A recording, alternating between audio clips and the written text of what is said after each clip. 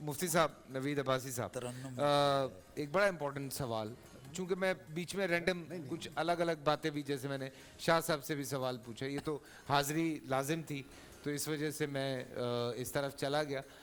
ایک سوال یہ لوگوں کا سوال ہے، یہ بالکل ہمیں آیا تو میں نے کہا میں آپ سے پوچھوں کہ قرآن پاک میں 4 شادیوں کے حوالے سے بات کی گئی ہے، لیکن آپ صلی اللہ علیہ وسلم نے 4 سے زائد شادیاں جو ہیں وہ کی تھیں. تو اس حوالے سے لوگ کہتے ہیں کہ ایک طرف یہ بات آتی ہے اور ایک طرف یہ بات آتی ہے، تو اس کو ذرا کلیئرلی ہمیں کلیئر کرتے ہیں.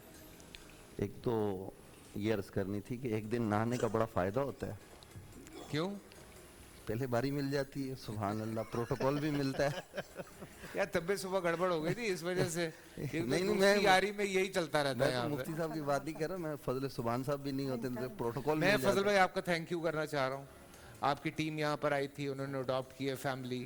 Thank you so much. Ammar was here, so thank you. میں اس حوالے سے آپ کا شکریہ ادا کر رہا ہوں. اللہ سر کے لیے شکریہ دل سے. It's a source of pride for us. Seriously بہت شکریہ. فیصل بھائی میں اس پہ بات کرتا ہوں، میں مفتی صاحب کا بھی شکریہ ادا کرتا ہوں، حضرات کا بھی شکریہ ادا کرتا ہوں. اور مجھے ایک اگر اجازت دیں آدھے منٹ میں تو یہ بات کرنا چاہتا ہوں کہ وہ جو فیملی یہاں آئی تھی وہ ایک قاری صاحب ہیں جو گزشتہ 30 سال سے قرآن کی خدمت کر رہے ہیں. اور ہمارے معاشرے میں قرآن مجید فرقان حمید کی عام طور پر خدمت کرنے والوں کے ساتھ جو سلوک کیا جاتا ہے، وہ مدارس ہوں یا دیگر جگہ ہوں یا مساجد ہوں، وہ کوئی مناسب نہیں ہے. بلکہ اگر کسی کے گھر میں پڑھانے کے لیے جاتے ہیں تو وہاں پہ بھی ان کے ساتھ وہ مناسب سلوک نہیں کیا جاتا.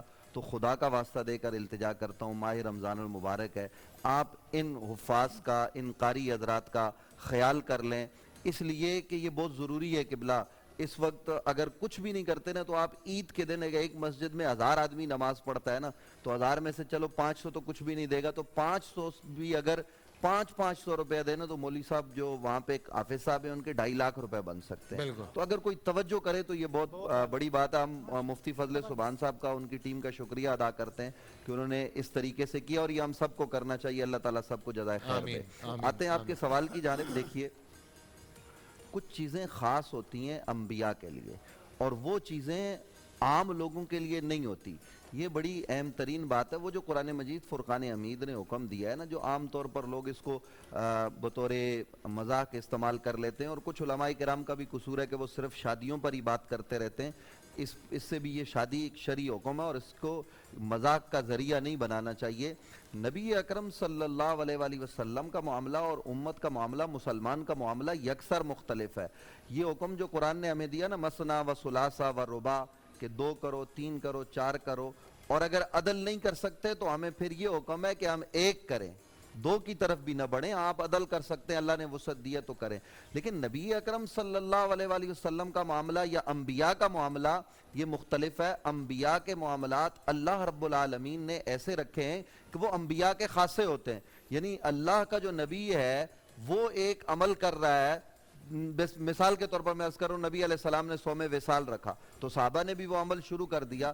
تو اب اگر کوئی آدمی یہ دن رات بھوکا رہے اور آج کہے کہ یہ نبی علیہ السلام کی سنت، صوم وصال کی ذرا تشریح کر دیں، یعنی لگاتار روزہ جی افطار کیے بغیر، میں 24 گھنٹے کا جو ہے، 24 گھنٹے کا نہیں، مسلسل لگاتار رکھ رہے. 3 دن 4 دن گزر گئے، کچھ کھا پی نہیں رہا. صحابہ کرام نے یہ عمل جب کیا تو نبی اکرم صلی اللہ علیہ وسلم نے ان سے کہا کہ تم میں سے کون ہے میری مثل؟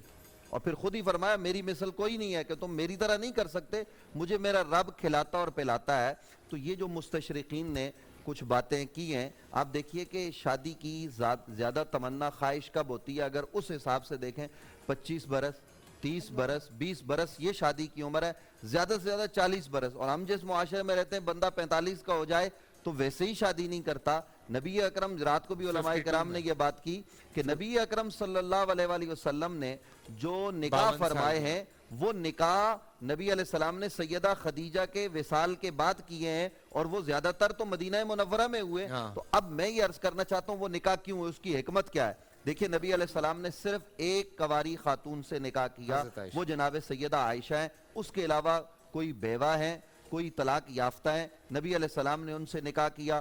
کوئی کسی قبیلے کی ہیں تو نبی علیہ السلام کے اس نکاح کے سبب سے اس قبیلے کے اندر اسلام جو ہے نا وہ راسخ ہو گیا، تو یہ وہ تمام چیزیں ان کو پیش نظر رکھنا چاہیے. اور یہ کوئی خواہشات نفسانی کا مسئلہ نہیں تھا، یہ اللہ کے نبی کا معاملہ ہے. اور اللہ کے نبی کے معاملے پر یوں ہمیں دیدہ دلیری سے کلام بھی نہیں کرنا چاہیے جیسا کہ آج کل لوگوں نے شروع کر دیا ہے. ایسے لوگوں کی ہم نہ صرف مذمت کرتے ہیں بلکہ یہ کہنا چاہتے ہیں کہ آپ انبیاء کے باب میں بڑے حساس ہوں، اور ان موضوعات پر بات کرتے ہوئے بندے کو بہت محتاط ہونا چاہیے، ایمان بھی ضائع ہو سکتا ہے. سبحان اللہ. پورا سال انتظار تھا مجھے اس رمضان میں. 30 دن 6 ٹیمز، 12 کنٹیسٹنٹس، کیش کا پاؤں. اب گیم وہ ہوگا جسے آپ کا نہیں ہوگا، جس نے جو کرنا تھا کر لیا. لاکھوں عوام کو دینے کا ذمہ ہم نے حصہ. شور گونجے گا ہر گلی نکڑ اور دکان. رمضان لیگ بنے گی آپ کی پہچان. نعرہ لگے گا تو پارا چڑھے گا. گیم شو ایسے چلے گا. رمضان لیگ روزانہ شام 7 بجے صرف بول انٹرٹینمنٹ پر. بول انٹرٹینمنٹ کے شوز دیکھنے کے لیے ہمارے چینل کو سبسکرائب کریں اور بیل آئیکن پر کلک کرنا نہ بھولیں.